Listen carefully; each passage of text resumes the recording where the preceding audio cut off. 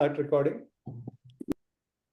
Good evening, good afternoon, good morning, depending on which part of the world you are in. And hopefully, you're not just in India, because this is a session not meant just for India. It's for anyone wanting to do a startup anywhere in the world.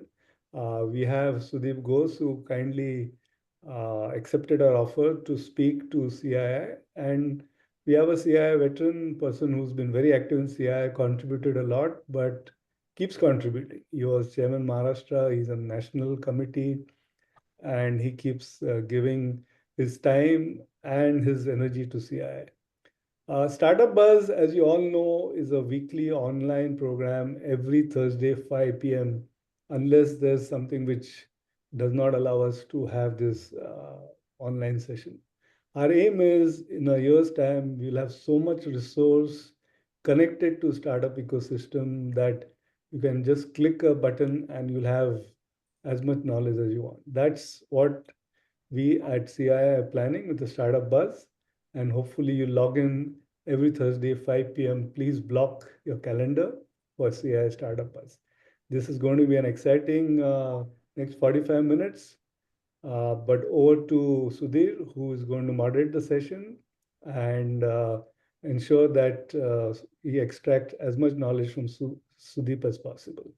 So over to you, Sudhir. Thank you. Thank you for joining, ladies and gentlemen. Thank you. Great. So, good evening, everyone from India. Nirad, thanks a lot.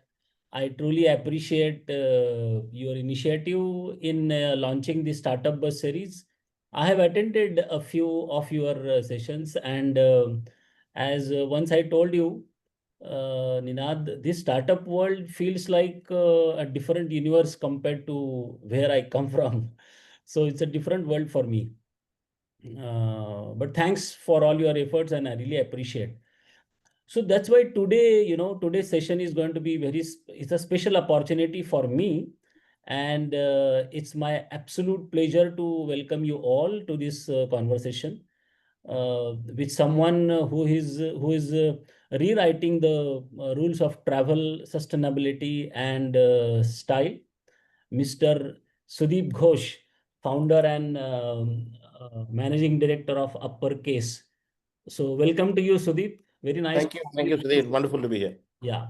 So Sudeep is building one of India's most exciting travel brands at the intersection of smart design and conscious living, with over 22 decades of experience across iconic names like Samsonite, American Tourister, and of course our own VIP. Samsonite and VIP, both of them, they have the manufacturing plants here in Nashik.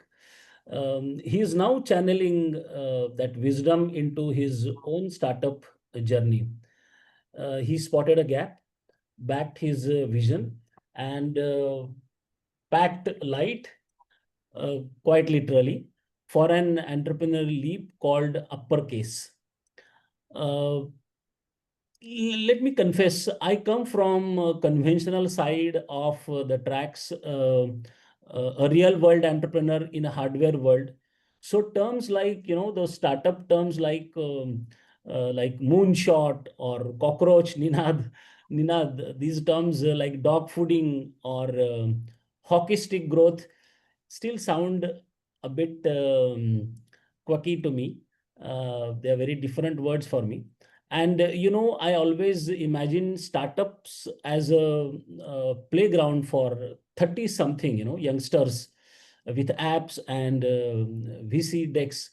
But Sudeep's story really surprised me. Founding startup at the age of 52. Oh, that's something really great. Sudeep was saying he did not start at 25, but Sudeep, yes, you have started 52, keeping the digit the same. Uh, that's not just bold, that's redefining the rules. So, Sudeep, let's start right there. What made you take the leap when most would settle into comfort? Aram ki zindagi jina hai, 50 plus, be with the family and all. And that you founded a startup.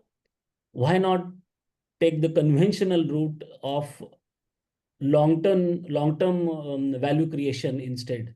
Sudeep, over to you. Yeah, first of all, Sudhir, thank you very much for inviting me. Thank you for everybody else who have tuned in. Thank you, CII, for inviting me. Interesting question I've been asked many a times. Actually, I started this at 49. I mean, it's almost the same between 49 and 52. And I also started this travel industry in the midst of COVID, when the second wave of COVID was hitting. That is the time I was starting a travel gear company. So it's a little bit of a dichotomy that happened. Why I cannot really pinpoint, but somewhere I think as human beings, we all have a desire to kind of leave behind a legacy. I have been in the travel industry for almost 2 decades, worked with the two major travel companies, and I felt when COVID hit, I realized that there is an opportunity to rewrite and redo the business that we have been doing, or rather I have been doing in these two organizations, and saw an opportunity, pure play on the sustainability platform, and I felt that it's something that can be explored.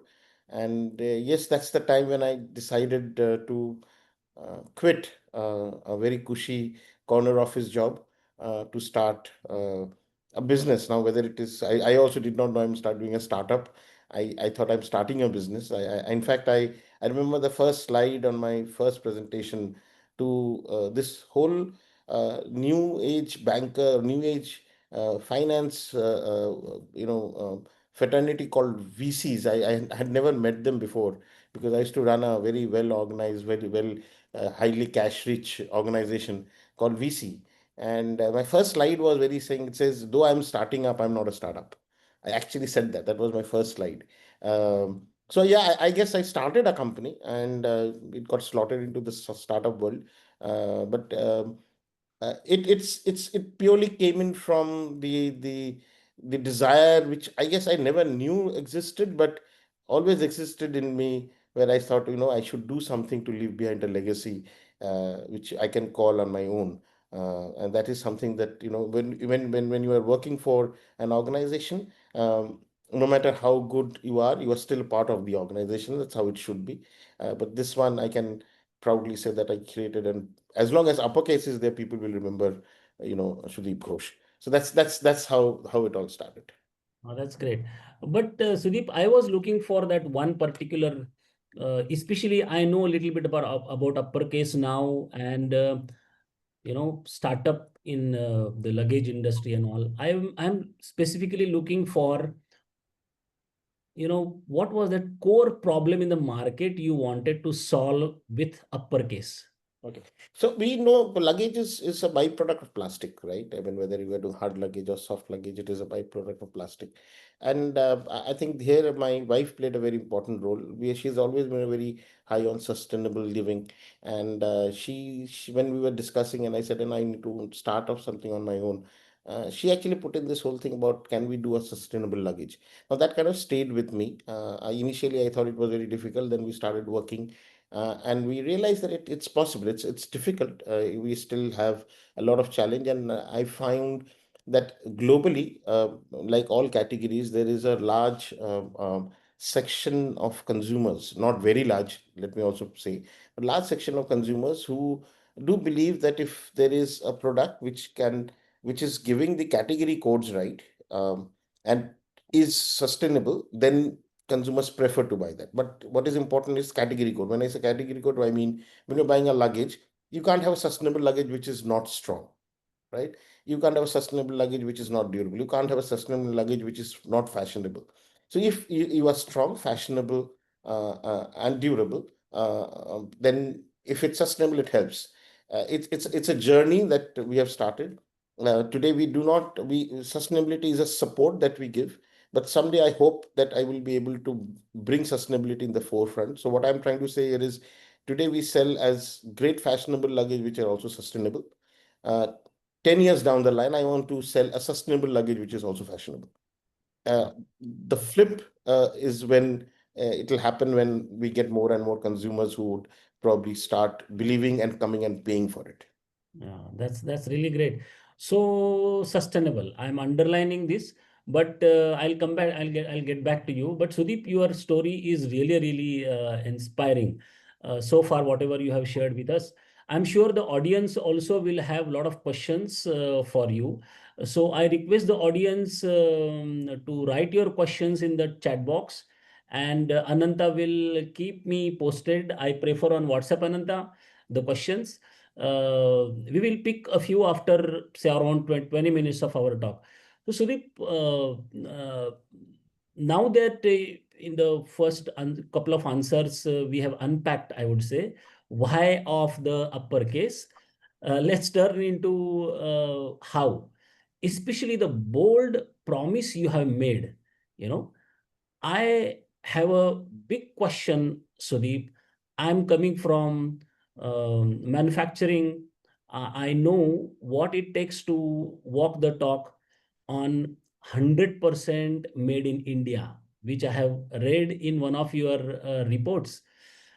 And now, when you throw sustainability into the mix, which you were talking about consistently, in a product that has to be tough, stylish, and price competitive. It's no small feat. So tell us about the balancing. How do you do this? How do you manage this circus? It's a it's a question and which will probably take a couple of hours for me to answer. But Uh-huh. just to bring it to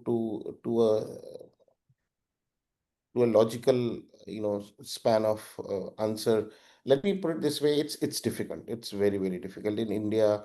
When we started one manufacturing, which is, in luggage industry, there's a lot of manual labor is needed, right? Now, therefore, it is, one, you have to maintain quality. Second, you have to get the raw material. Okay, we have to buy raw material which is recycled. We are actually GRS compliant. Global Recycle Standard is what we are compliant. Um, and there are very strict norms. So the biggest piece is to get and pass the norm. It's a it's a third party audited uh, product that we make. So we cannot just make whatever we want and say it's sustainable. There are certain norms that we have to meet, and the biggest challenge is to get the raw material. For instance, when we are doing injection molding, or we are doing vacuum foaming, the recycled material that we get, the quality of recycled material is still, we are still struggling. And many a times when we buy recycled material, 50%, 40%, 30%, we have to actually discard because it's not usable. So there is definitely a challenge. That is part one. So that Right. challenge, hopefully with the years, with if I wish some more companies do it, because then obviously the ecosystem will start. We are now started looking for buying the recycled material from outside India, because the quality of that kind of comes in better, especially from Europe, because that is very important. That is part one. Part two, making everything in India is again another challenge. There are two things which operates. One, obviously, the costs you have to keep in mind.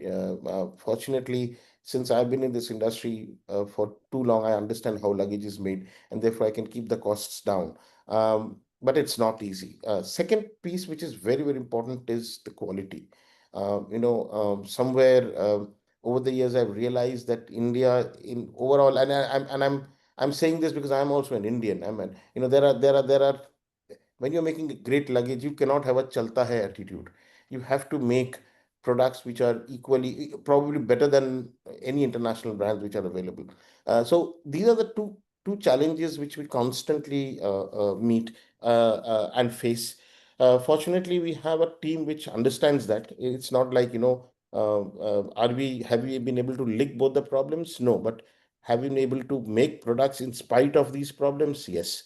Today, uh, I'm very proudly, I can say, at every minute, somewhere in India, one person is buying uppercase every minute. That's what Oh, logic says. that's good. So I'm selling more than 50,000 units per month, and there are about 44,000 minutes are there in a month. So I can say very happily say that every minute somebody more than one piece is being bought. And consumers are not, and you cannot fool, I keep saying this, you can fool some people all the time, all people sometime, but not all people all the time.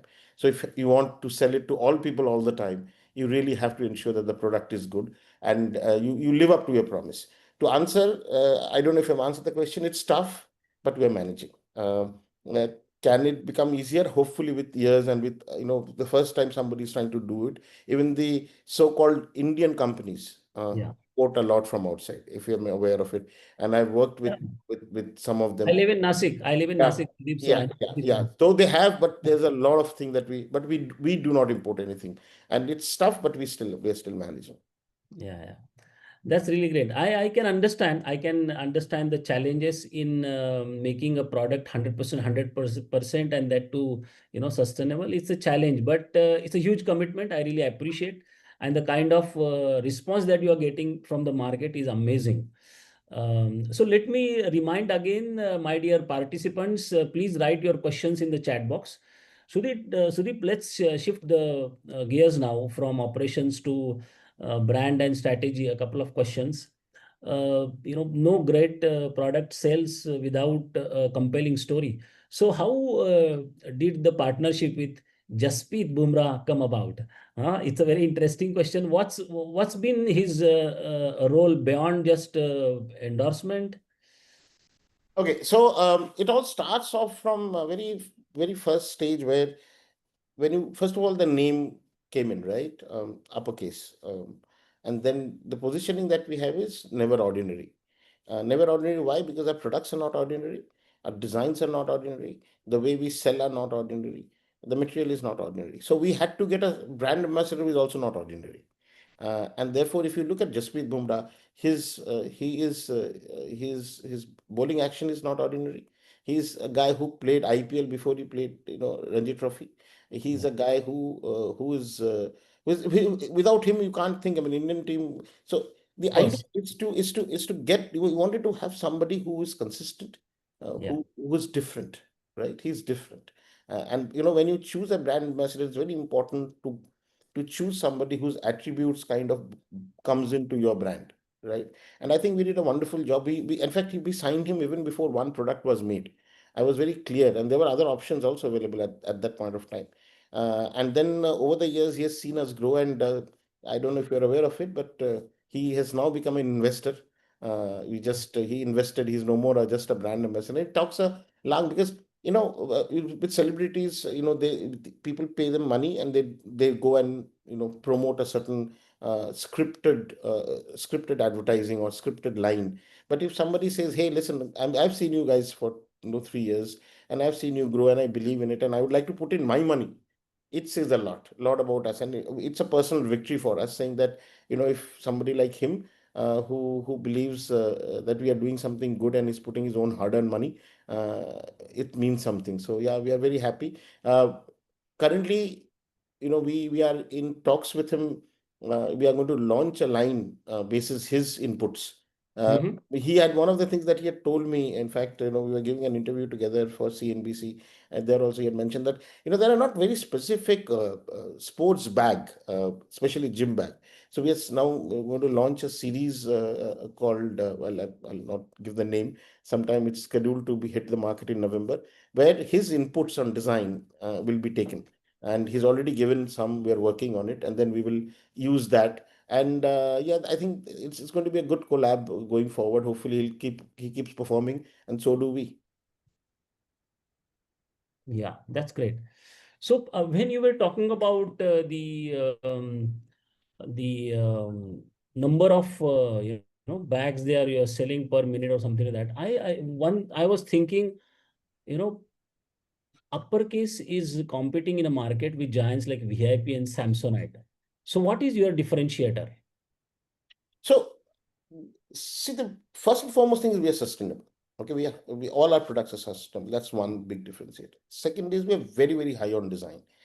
We have already won two big international awards. One, obviously, we won the Red Dot Award. Red Dot is the Oscars of the design world. Last year, one of our products, it's an award given by Germany on product design. All iPads, Apple. Like last year, along with us, we had Ferrari winning for their Spider model. We had Ducati got for one of their bikes.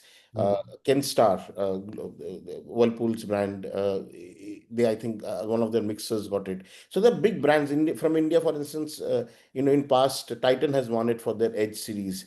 It's a very, very big award, and especially for a startup company like us to get it, it was a real big honor. Apart from that, this year, beginning of the year, we were the first Indian luggage company, and very few companies which got featured in the New York Fashion Week. We were invited to present our so we are very high on fashion, right? And we are priced very, very well. We are right in the middle of the system, and I think we are uh, very, very highly priced, very, very well priced in the Well, fine. market. So that's the thing that that's the thing that we are very proud of, and that's how different we are. Interesting. And in line with this, how did you why did you opt for this D2C model? And is it really helping in shaping the customer relationships? Actually, we are not really a D2C. Okay, Mm. we 50% of our business comes from the website and Okay. Amazon and the Flipkart. We also have 25 stores. We also have 30 distributors. We also have 3,000 dealers across the country. So we are a very well poised organization where we have 50% that is coming from online, and we have 50% which comes from offline. We are consumer direct because everything that we do is based on consumer. In that way, we can say we are direct to consumer, but not to the definition of being a direct to consumer. Oh, okay, okay.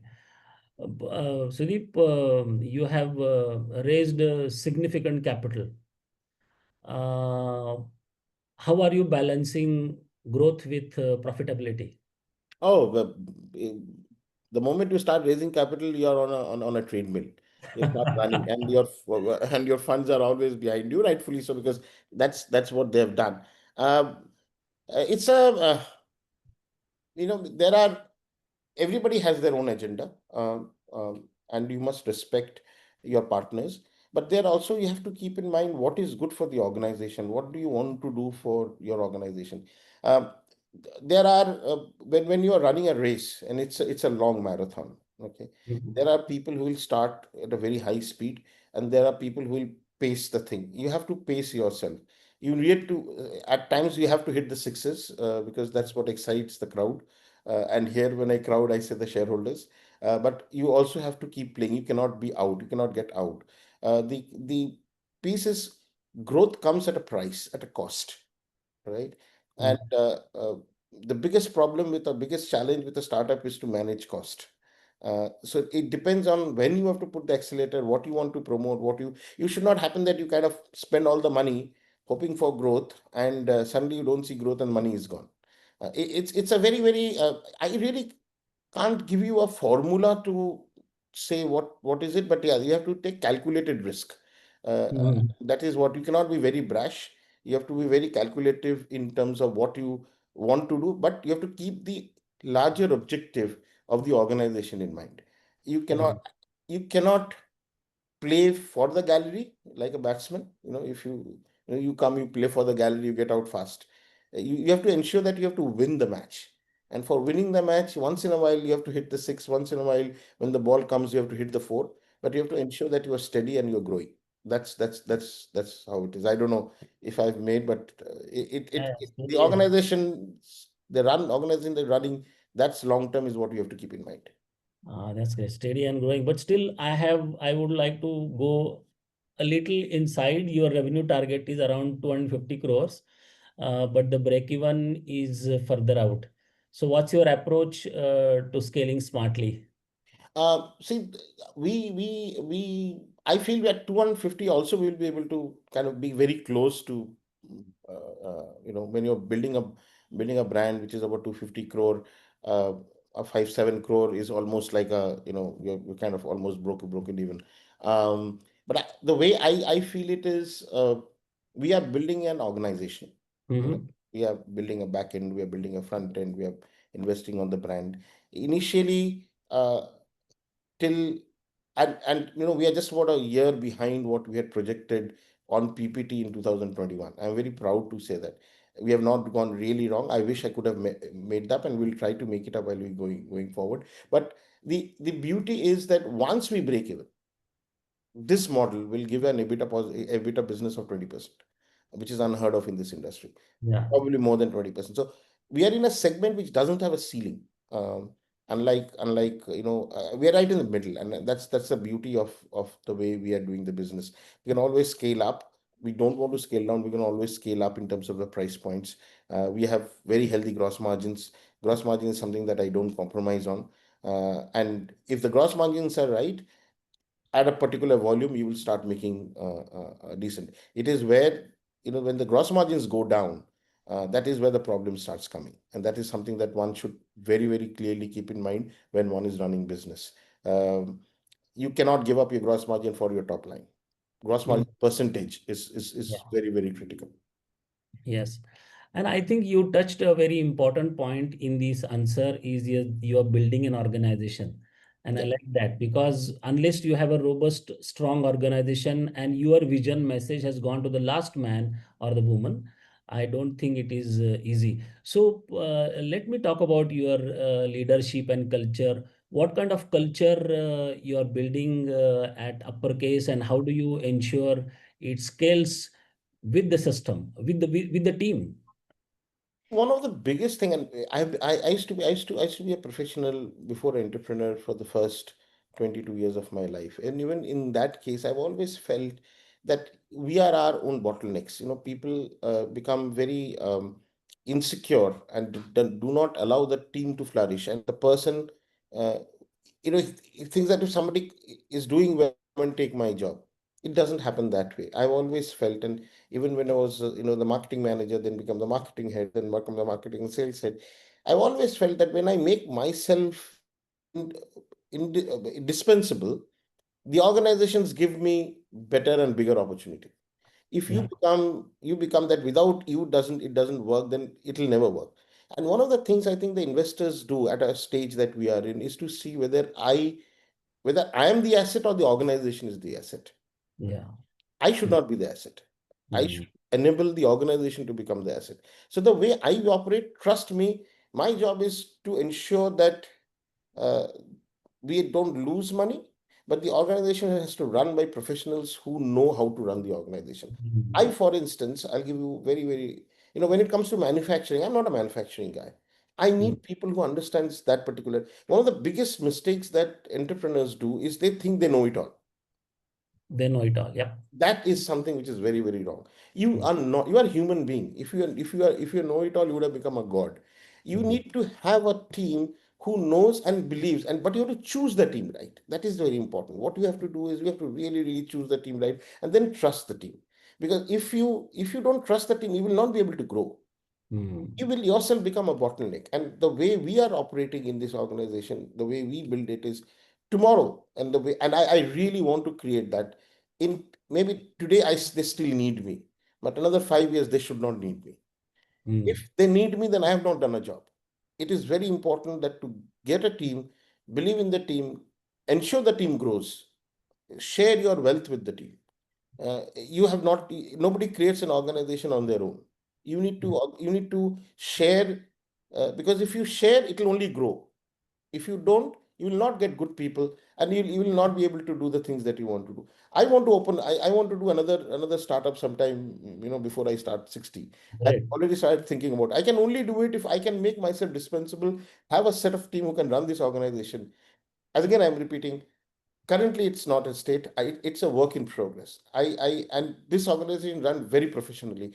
I know there are times when there are a lot of decisions where I'm not even aware of, because I Mhm. don't need to be aware of. If I have to be aware of every decision, this organization will not grow the way I want it to grow. So I don't want to be the asset of the organization. The organization has to be the asset by itself. I should be just the enabler to make this organization an asset. Very interesting message to the entrepreneurs in general, not only startup entrepreneurs, but the business people. It is very interesting to see your, this metamorphosis into from professional into a leader. That is something really great. So, as a founder, how have you evolved personally through this startup journey? What is your Oh, wow! It's been a one of the things that I've always said is whoever joins us should do a one level up job than what they were doing. Okay, Mhm. right from our sales head who used to be he used to run one channel, he's running five channels. My CEO who was running one division now runs operation. I, for Mhm. instance, earlier when I was in my previous avatar, I used to do operations for an organization. Today I don't run the operation. My job is primarily to ensure I manage the funds, I manage the cash, I manage the finance operation. I stay away. If you ask me what is the next TV campaign which is going on, or what is the campaign which is getting planned, I might have a fair idea, but I will not be able to tell you the story because it's not my job. Yeah. You need to see. One of the things that I have learned is we have 24 hours in a year, in a day, right? Of that 24 hours, you have 8 hours to sleep. Okay, 4 hours you have to give for other things.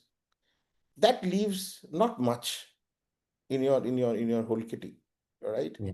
Now, if you have say roughly about 12 or maybe 10 hours with you, if you do not let go of things, then you cannot take new things. It is very difficult. Otherwise, you will become it becomes so. If you ask me how have I evolved, today I am more of a mentor, more of somebody who is, day-to-day operations. I am there when they need me. I obviously, it's not like I'm hands off because it's end of the day, we are still at the building stage. But I can assure you in 5 years' time, this organization will run without me. That is my objective, and that is how I am evolving. And it needs a lot of mental strength to let Correct. go. Yeah. Yeah, without feeling the loss of um, people get very shaky about this fact. I am not. I've chosen the right guy. I believe in them, and till now nobody has ever kind of made that life difficult for me, and I don't think it will happen. So that's how I have evolved, and I think uh, being an entrepreneur also makes me responsible for a far larger, like I'll tell you how. Uh, you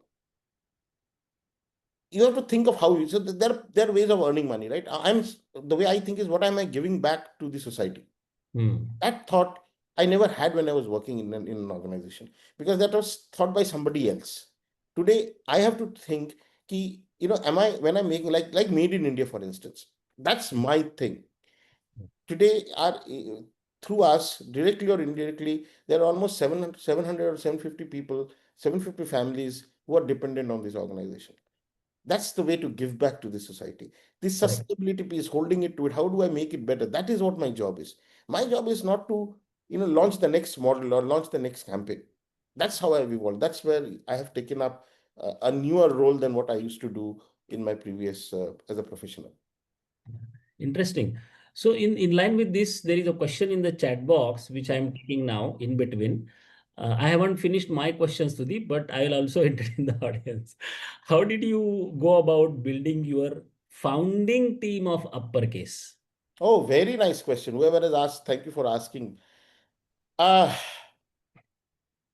I even before I went on funding, I okay, one advantage that I had was I am from the industry, but I had already earmarked the people that I wanted to work with. Oh, And amazing. there I actually had to go and present the whole thing because they were all working for different big organizations. My CEO came in from ITC. My head of design came in from Reliance, right? I had only one person who joined from my previous organization. Uh, my finance guy came in from L&T. So I had already, it's over the years that I've seen them operate, and I have seen, and I knew that if I have these set of people, then they will be able to build in a team which further will build the organization. Yeah. So it's very, very, very, very critical to bring them and again share the wealth with them. That is very important. So Yeah. we need to ensure that, and I told all of them, and I stand by it. I said, if we make this organization big, none of them will ever have to work in their life again. They don't need to. If they want to, they can start their own thing, but never ever have to they work. And I we will be so. One is you bring the right people at the right price, at the right cost, and therefore I think I saw one of the question coming. I did not bootstrap. Mm-hmm. Bootstrap for me. Um, uh, I am more than happy to hold, say, 25% of $1 billion company. Hopefully, it will be one day. I don't know. Then Mm-hmm. to hold, say, 75% of a 50 crore company. Mm-hmm. So, Yeah. and to make a $1 billion company, if I have to make a $1 billion company in next 5, 7 years, which means in the first 10 years, if I have to create a $1 billion company, I need people. Yeah, of You do course. not expect people to come cheap. You need money to build that company. And therefore, I have raised money today. And in very early in my entrepreneurial journey, one of my friends had told me, control comes with competency. Mm-hmm. Today, you if you are competent, uh, you will keep having control of the organization. Mm-hmm. Even if you have 51% mark, share, if you are not in control, then you'll fall flat. Yeah. Yeah. So very important is that you have to you have to control with competency, and therefore it doesn't matter how much share you hold. Uh, you need money, and you need money to get the right people to do the right job. Yeah. That's great. We have another 7 minutes, so maybe Oh, 2 or 3 questions. But I would like to ask a couple of important questions to you, and then maybe we can take a few from the audience. I would like to know your design process. How do you blend form, function, and sustainability? yeah. So first and foremost thing, the material is already, we will not, since the sustainable material is limited, we will not experiment with the material, right? Yeah. Um, Tomorrow, for instance, I'm not going to make products out of PET bottles. Yeah. Or rather, sorry, ABS, for instance, because it doesn't work.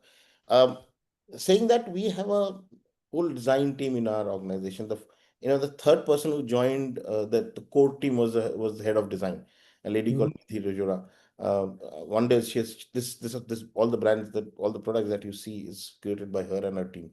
So there's a set of people. We have a marketing team. Because we are from the industry, we initially knew, but then we do a lot of consumer work to understand, what is it that the consumer. For instance, some of our products have features which are very, very unique. I'll give you one feature which is very unique. Is when you travel, you always have a dirty cloth, right? And what you Yeah. do is you take the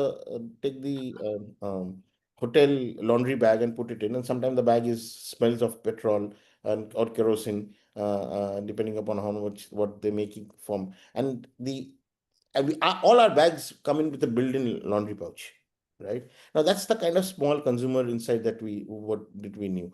We used a lot of AI agents to listen to what the consumers are asking, what kind of blue. If it's the blue, then what kind of blue they are looking for. Now those are inputs which go into the brief, and therefore the product that comes out rarely fails. That is the whole piece on which we operate, and therefore it's working, and we are very proud that design plays a very, very important role in overall building the business. Oh, that's great. So, in line with this, when as we are talking about product and sustainability, there is a question from the audience, which is very interesting. How do you communicate sustainability to customers who may prioritize price or design first? Yeah, fantastic. Again, as I said, today we do not communicate. So what we have done is, an organization, we have said 20% of our time and money will be put on sustainability. So if I'm making five creatives, one creative will be on sustainability. The five Mhm. will be on either design, feature, weight. Even the last campaign happened like that. So we have started investing on sustainability, and we have said we can only afford to do it 20%, because end of the day, we have to live today to live tomorrow, right? We have to sell our products today to sell our products tomorrow. And to sell our products today, if I only talk about sustainability, nobody's going to buy. Today, Yeah. we need to talk about the category nuances, which is design, which is durability, which is made in India, kind of thing that we promote. We also say we are also sustainable. All our bags, for instance, have comes with a tag saying how much plastic bottles has been used to make this bag. So those are subtle ways of communicating to the consumer, because we very clearly know that today nobody is going to pay you for sustainability. Sustainability is a support. Someday, as I said in my previous thing, 10 years down the line, I would like to bring it right in the front. But it's not the time now. So so customers need to realize it's their social responsibility also, I Yes. think. It'll Yeah. it'll take some time. It'll take It's some time. done. So Sudeep, do you see Indian brands gaining global recognition in the premium utility space in near future? Absolutely. My the other vision that I have, and that's something that I will try to do. I don't know how much, whether it'll happen within my operational or when I am around, or somebody else will come and do it, is I want 60% of this company's revenue to come from out of India. Oh, that's great. And that is why the sustainability will play a part. Ambitious. We're putting up our entire value chain, the back end, the factories that we're putting in, because to play the international game, you need to have control over the quality and over the price. So we're putting up our factory. One factory that we're putting up in is Nasik. We have one in Rudrapur. So the idea is to manufacture and get the quality that you want. It's not going to be easy, because that is where we're going to fight the best of the best, which is the Chinese and the Vietnamese and the Taiwanese. But I think in India also we can make great luggage. Initially, there will be challenge, but I don't think that's something that we cannot not do. So we will do it, and we want to do it, and that's something that will happen in very near future. We'll start off with, we're already in discussion with some few countries, but yes, I would love to see at least 60% of this company's revenue coming out of the country. Oh, that's great. And in back home in, I mean, in India, do you see the consumers perception is changed? How do they look today at the luggage and bags differently as compared to what was there 5 years ago? Oh, it's changed a lot. I have been in this industry, and when you are working in luggage industry, I've seen people in business class wearing the Armani suit and the Montblanc, having the Montblanc, pen, and and carrying a luggage that, yes, I know he's bought it from Big Bazaar. I'm sorry, there's nothing wrong in Big Bazaar, but you can make out there. But it has changed over the years. People today really believe that a good quality luggage not only talks a bit about you, especially when you are carrying it with you, it's a carry on with you, but also, when you are traveling, your luggage is your home outside your home. Now, Yeah. when you're building a home, you don't compromise. So when you buy your luggage, you don't compromise. Today, a lot of branded luggages are getting, people are coming and paying their money, because they're realizing that in the long run, it is beneficial to buy a good product than, save money there and get into a trouble going forward. Yeah. So where do you see uppercase in next 5 years from now? Only a luggage brand or a lifestyle brand? See, that's we are a luggage company. Okay, Yeah. we will operate on luggage and luggage fashion. Maybe we'll get into some ladies' handbag. We were not currently. I always believe that when you've taken a job, you finish that job before you go into others. So first, let's establish the luggage business. Long way, that itself is pretty a long And a pretty tall task to manage. Once we do that, of course, if there is an opportunity, we'll get into something else. But that's a discussion for some other day. Currently, we are pure play luggage company. Would like to be get the best of the luggage, the short haul, the long haul. Like, when you say long haul, it is the check-in luggage. Short haul, which is the backpacks, your laptop bags. There are loads of products that can be launched in luggage segment itself. So, we'd like to focus on that. That's great. So last question, Sudeep, which is from the participants. How can one identify the right time to take the entrepreneurial plunge? Ha ha. Sir, there is no right time. Okay. There are what I did. I can tell you what I did. Okay. I said, do I have any loans? Can I survive without even earning a single rupee for the next 5 years, without compromising on my lifestyle? If these two things, you have an answer to these things, and you have a big idea, okay, where you are confident, please understand one of the biggest thing, and this is something that I'd like to end with saying, We are, as professionals, we are good professionals. We work for others and we are succeeding in others. We are making others successful, right? Then why wouldn't we make ourselves successful? I mean, Yeah. end of the day, look at it. I mean, when we are working, we are making an organization, whether it's an organization, whether it's a, family-run business successful, right? If I can make others successful, why can't we make successful? So what you have to do is you have to have that courage. A lot of people say, "What is the?" I said, "The only great thing that I've done is I have taken the plunge. The rest I knew I would do it because I was doing it for somebody else." Have Yeah. that confidence. Ensure that you have at least fuel for the next 5 years, even if you don't, because initially it's a difficult journey for the first 2 3 years.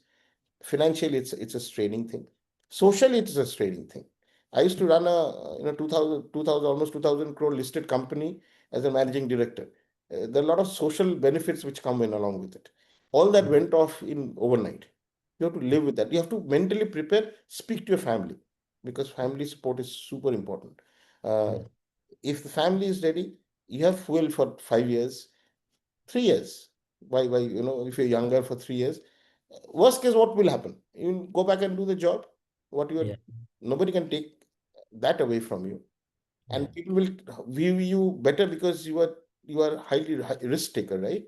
So I think that's something that you should do. But yeah, there's no time. There's no time. You will know when the time is right. Yes, that this is very important. There's every time is a right time. You have to make a determination. I think that's very important. You are a very good example. You started so late. Ray Kroc, like people who started the MACD chain, I think he was retired already. He started at the age of 54, 55, and we know MACD where it is now. So this was really interesting, Sudeep. Sudeep, I'm not going to leave you like this. Time for a quick rapid fire. Oh, okay, No thinking, okay, just instinct. Okay, okay, ready? Yeah, okay. yeah, I didn't know this was coming. Okay, yeah. yeah. Thanks to Nidad. I have learned this from Nidad within a couple of minutes. So, backpack or trolley? Trolley, Great. Jasprit Bumrah, the investor or the cricketer? the cricketer. Oh, really? Great. Great. Because So, he does he will do wonders to the country. That's more important. yeah, that's more important. So, sustainability or scalability? If you had to choose one. No, I'll not choose both. Both? Yeah, I was expecting that. Um, Investor pitch or family trip with overpacked suitcases? That one is tough. Depending upon what state I am in, I think both are important at, at a particular stage. When you need to do investor pitch, you need to do investor pitch. And when I'm traveling in family, I don't talk to investors. So Yeah, they are, it's not either or. It's very difficult to choose. interesting. So bag full of money or bag full of feedback?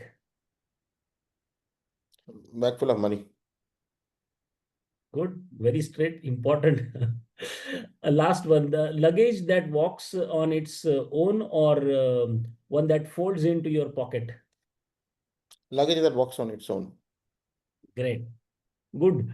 So, what an insightful journey this has been, Sudeep. Very interesting. It was very interesting discussing with you from reimagining bags to building a brand rooted in sustainability and innovation. It's very interesting. I think Sudeep has given us not just business playbook, but a blueprint for purposeful entrepreneurship. Your Kanda, Sudeep, in sharing the highs and the hurdles and the hopes for the future of uppercase has have truly inspired us. Thank you so much. So to all the attendees, thank you for turning in for your questions. I had a few more questions, but I could not take all. Few questions were already answered by Sudeep, so I did not specifically use your words, but your answers were there.